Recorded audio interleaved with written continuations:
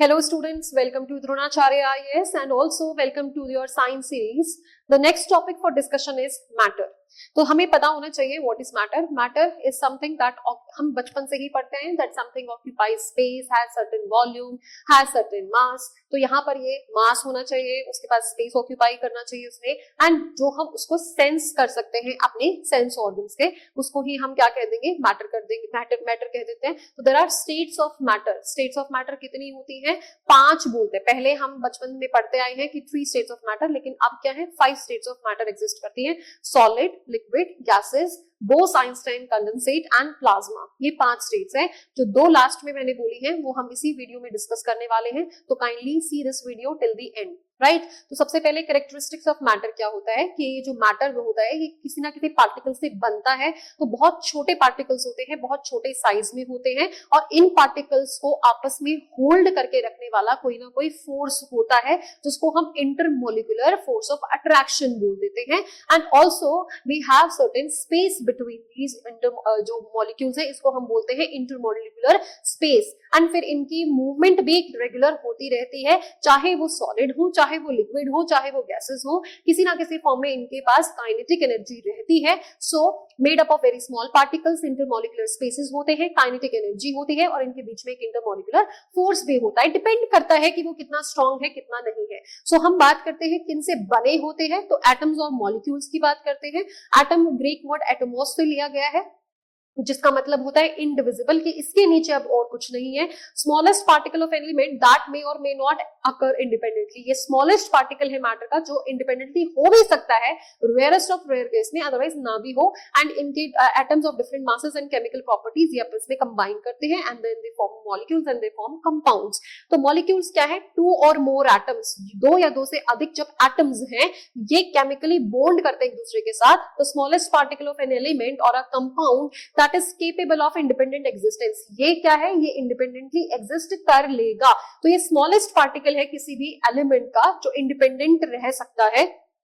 It does not take part in chemical reaction. Molecules participate नहीं करते हैं. यहां से एक इंपॉर्टेंट क्वेश्चन बन सकता है, आपको टेस्ट में दे देंगे, आपको एग्जाम में दे देंगे कि molecules take part in reaction, chemical reaction, लेकिन ये यहाँ पर नहीं होगा. राइट. स्टेट्स ऑफ मैटर की बात करते हैं. Solid, liquid and gases state. Very very easy, you must have understood it many times. बचपन से पढ़ते आ रहे हैं कि जो सॉलिड है उसकी डेफिनेट मास होता है, डेफिनेट वॉल्यूम होता है, और जो इंटरमोलिकुलर फोर्स ऑफ अट्रैक्शन है वो सबसे ज्यादा स्ट्रॉन्ग होता है. एंड दैट इज वाई जो इसके एटम्स होते हैं, इसके जो पार्टिकल्स होते हैं, वो अपनी फिक्स्ड जगह पर रह के ही, लेकिन काइनेटिक एनर्जी हमने देखा मैटर की तो कैरेक्टरिस्टिक है, काइनेटिक एनर्जी तो होनी ही है. तो काइनेटिक एनर्जी होने की वजह से वो अपनी ही जगह पे वाइब्रेट करते रहते हैं. मूव जरूर करेंगे, अपनी जगह को डिस्प्लेस हुए बिना वो मूवमेंट कर रहे हैं, काइनेटिक एनर्जी पोजेस कर रहे हैं. तो what they do is they vibrate on their spaces, on their places. Liquid state में क्या है? तो सब्सटेंसेस कोई फिक्स्ड मास नहीं होता है, सॉरी कोई फिक्स्ड शेप नहीं होगा, लेकिन इनकी फिक्स्ड वॉल्यूम जरूर होगी. एंड इनका जो इंटरमोलिकुलर फोर्सेस है सॉलिड से थोड़ा सा वीक होगा, गैसेस से थोड़ा स्ट्रॉन्ग होगा.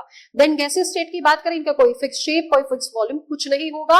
एंड साथ में यहाँ पर ये क्या होते हैं? एक्सपैंड होते हैं, एक्सपेंड ज्यादा होते हैं जब इनको हीट प्रोवाइड करी जाती है, एंड ये कंप्रेस भी ज्यादा हो सकते हैं जब इनके ऊपर प्रेशर लगाया जाए. Here is the picture representation of the solid, gases, liquid. तो यहाँ पर आप देख सकते हैं कि जो इंटरमोलिकुलर स्पेस है वो भी बहुत कम है, इसमें फोर्सेस बहुत ज्यादा स्ट्रॉन्ग रहेंगे. इसमें स्पेस थोड़ा सा बढ़ गया है, ये आपको देखने को मिल रहा है, लेकिन इसमें बहुत ज्यादा स्पेस है, इसलिए इसको कंप्रेस ज्यादा किया जा सकता है और इसको एक्सपैंड भी बहुत आसानी से करा जा सकता है. जितनी इसको हीट, थोड़ी सी भी हीट देंगे तो ये जो मॉलिक्यूल्स ऑलरेडी दूर दूर है, already weak forces of attraction है, वो और ज्यादा दूर हो जाएंगे, और ज्यादा वो एक्सपैंड हो जाएंगे.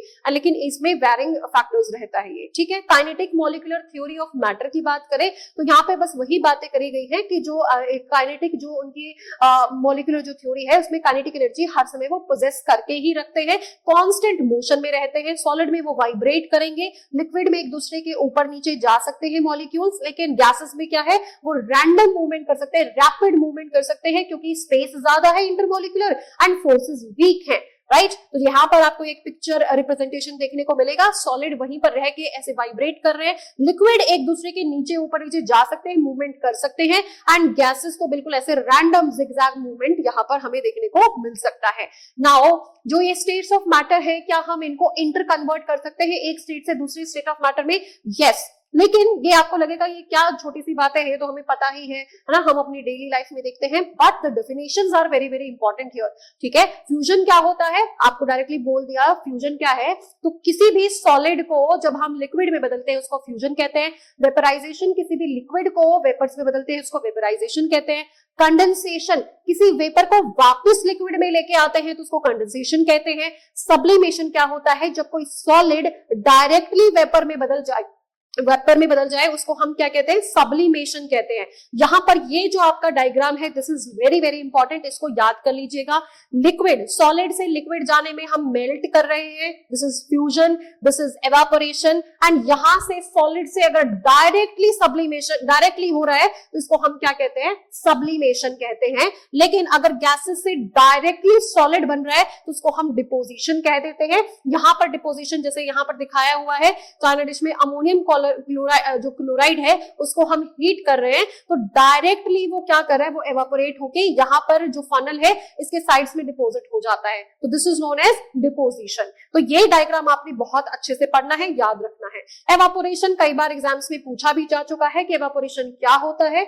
ऐसा फिनोमेना जिसमें लिक्विड वेपर में बदल जाता है, लेकिन ध्यान रखने वाली बात क्या है, below it's boiling point. Melt तो चलो हो ही रखा है, लिक्विड है, तो कभी भी अगर कोई लिक्विड अपने वेपर्स में बदलता है बिलो इट्स बॉइलिंग पॉइंट तो उसको हम एवापोरेशन बोल देते हैं। ऐसे कैसे बदल गया, बिना एनर्जी दिए बिना हीट किए ऐसे कैसे बदल गया, तो जो सराउंडिंग की हीट होती है उसको एब्जॉर्ब करके ही क्या करता है, ये जो लिक्विड है ये वेपर में बदल जाता है। So that is why we can say evaporation causes cooling. चाहे हम जो पीने वाला मटका होता है, पानी का मटका होता है, बर्तन होता है, उसको देख लें, या फिर हम कॉटन के क्लोथ्स को देख लें, जहां पर एवापोरेशन इजी हो सकता है वहीं पर कूलिंग इफेक्ट आता है, बिकॉज वो सराउंडिंग एनर्जी, सराउंडिंग जो हीट है उसको एब्जॉर्ब कर लेता है एंड ठंडक महसूस होती है। दैट सिमिलर जो पर्सपेक्टिव पे काम करता है, सिमिलर जो बेसिक प्रिंसिपल है उसी के ऊपर जो कूलर्स होते हैं, एयर कूलर्स होते हैं, वो भी काम करते हैं, right.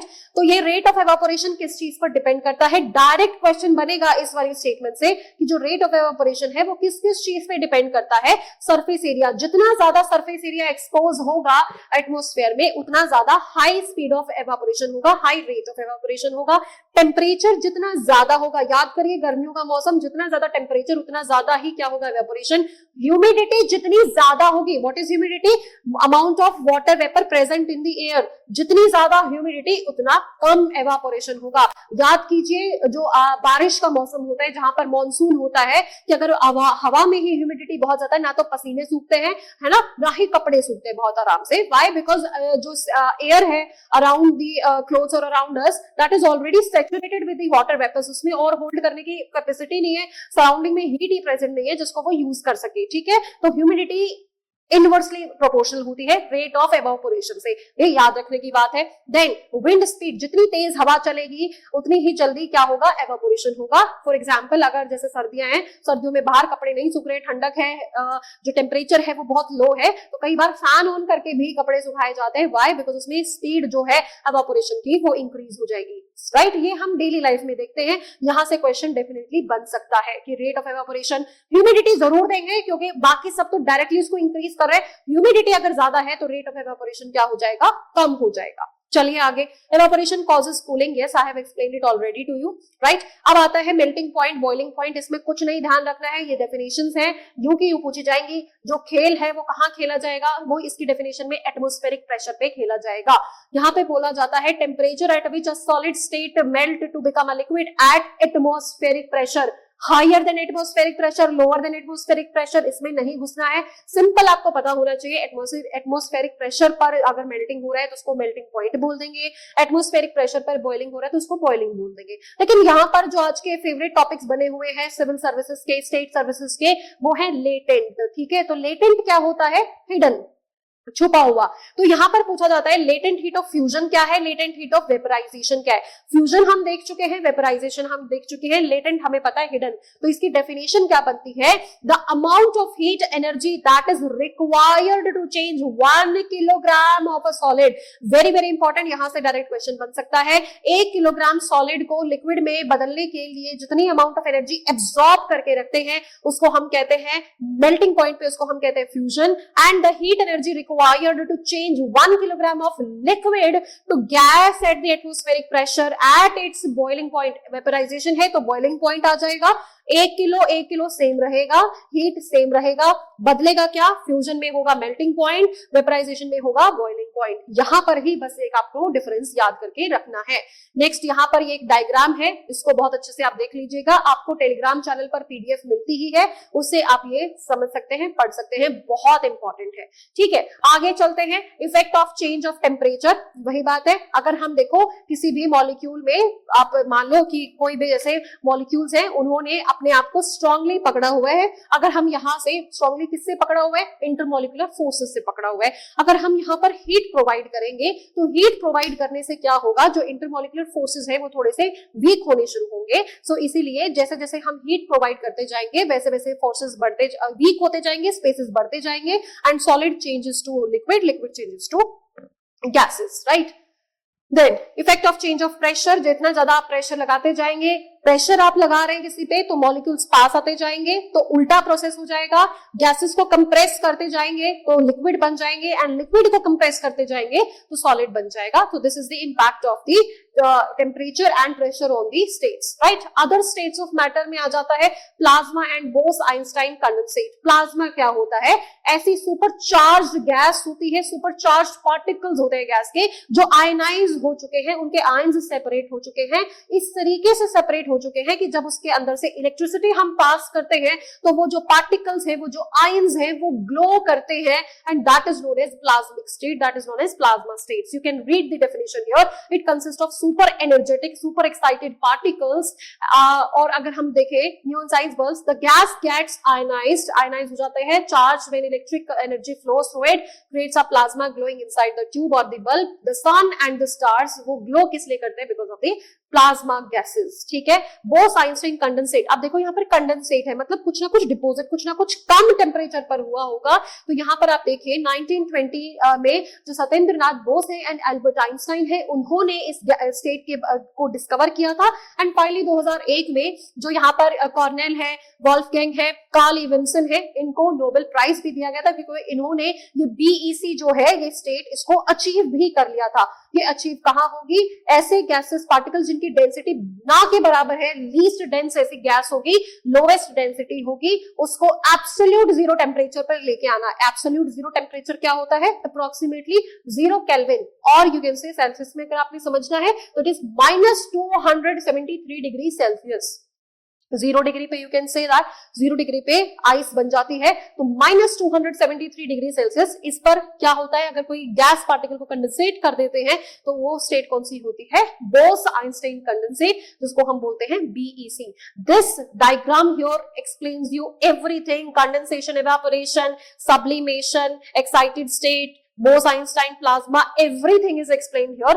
Kindly read this in your PDF जब आप टेलीग्राम से इसको एक्सेस करेंगे। Now chemical classification of matter की बात कर रहे हैं। मैटर को दो भागों में बांटा जाता है, non uniform composition and uniform. Matter जब एक ही जैसे पार्टिकल से बना होता है उसको यूनिफॉर्म बोल देते हैं, अलग अलग जैसा बना होते हैं तो नॉन यूनिफॉर्म, तो हेट्रोजेनस एंड होमोजेनस होता है, राइट। तो यहाँ पर जब हम यूनिफॉर्म कॉम्पोजिशन की बात करते हैं तो उसमें आता है प्योर सब्सटेंसेस। प्योर सब्सटेंसेस में आप यहाँ पर देख सकते हैं एलिमेंट्स एंड कंपाउंड्स बनते हैं। तो प्योर सब्सटेंस होता क्या है, ये एक सिंगल टाइप ऑफ पार्टिकल से बना होता है, क्योंकि देखो होमोजेनस का पार्ट है प्योर, तो एक सिंगल टाइप ऑफ पार्टिकल से बनेगा एंड इनकी जो केमिकल नेचर है वो भी सेम रहेगा। एलिमेंट क्या होता है, basic form of matter that can not be broken down into simpler substances. Simpler में बदलोगे तो आप आयंस में ही बदलोगे, आप ये नहीं कह सकते कि आयरन को तोड़ते तोड़ते हमें एल्यूमिनियम मिल गया, ऐसा नहीं हो सकता है। आयरन के आयंस ही आपको फर्दर मिलेंगे। सो सिमिलरली ऐसा एक पार्टिकल जिसको हम फर्दर तोड़ नहीं सकते, उसको हम एलिमेंट बोलते हैं। कंपाउंड क्या है? टू और more elements chemically combined with one another in a fix proportion में ये जुड़ते हैं। हो सकता है सेम एलिमेंट हो सकता है अलग अलग एलिमेंट हो। फॉर एग्जांपल अगर हम बोले H2O है तो इसमें हाइड्रोजन एलिमेंट अलग है, ऑक्सीजन अलग है, तो अलग अलग यहाँ पर मिलके बनते हैं, राइट। फिर मिक्सचर की बात करते हैं। मिक्सचर में दो तरीके के मिक्सचर आएंगे, homogeneous mixture, heterogeneous mixture. Mixture मतलब डिफरेंट टाइप ऑफ, यहाँ पर क्या है, प्योर सब्सटेंस नहीं होगा, अलग अलग one kind of pure form of matter known as substance. It does not have constituents in fixed proportion, इसमें कोई भी यहाँ पर फिक्स प्रोपोर्शन नहीं रहेगा। Mixture can be separated into their constituent by physical processes और केमिकल प्रोसेसेस में।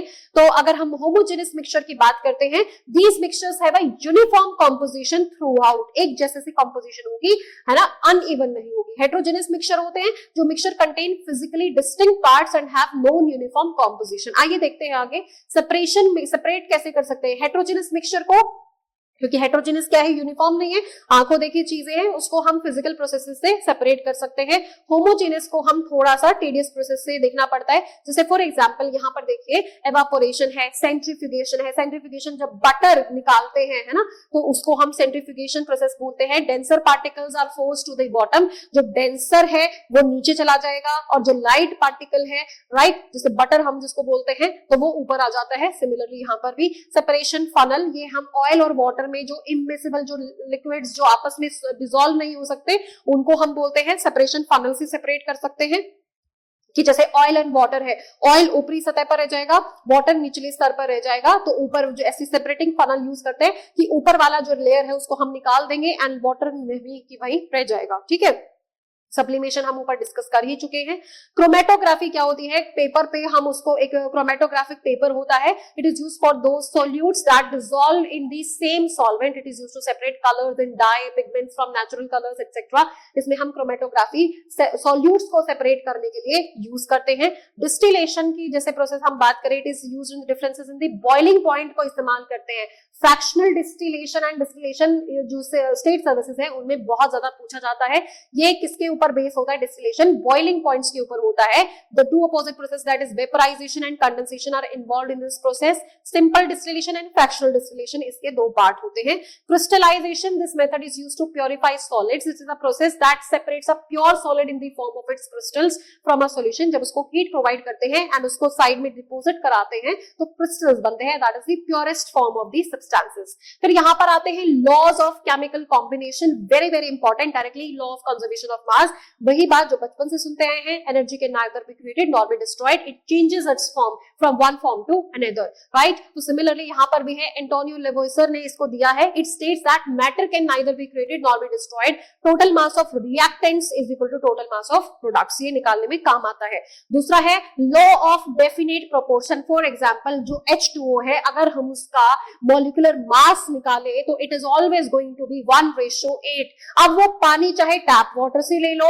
अब वो पानी चाहे आप किसी दूसरे सोर्स से ले लो, पानी का जो प्रोपोर्शन है वो यही रहने वाला है, डेफिनेट प्रोपोर्शन रहने वाला है। This is known as law of definite proportion, Joseph Proust ने दिया था। It states that a given compound always contains exactly the same proportion of elements combined in a fixed ratio by weight irrespective of the source. चाहे कहीं से आ रहा हो पानी, चाहे कहीं से ऑक्सीजन ली हो, ऑक्सीजन का रेशो यही रहने वाला है, वाटर का रेशो यही रहने वाला है, राइट। यहां पर जब आप देख रहे हैं कि ये किसने दिया है, एंटोनियन जो लेवोइजियर है, ये इन्होंने दिया है। तो मैच द फॉलोइंग में आपसे पूछा जा सकता है, डेफिनेट प्रोपोर्शन किसने दिया है? प्राउस्ट, कि वो प्राउड थे कि डेफिनेटली उनका सिलेक्शन होने वाला है। इस तरीके से आप इनको चीजों को याद कर सकते हैं, ठीक है।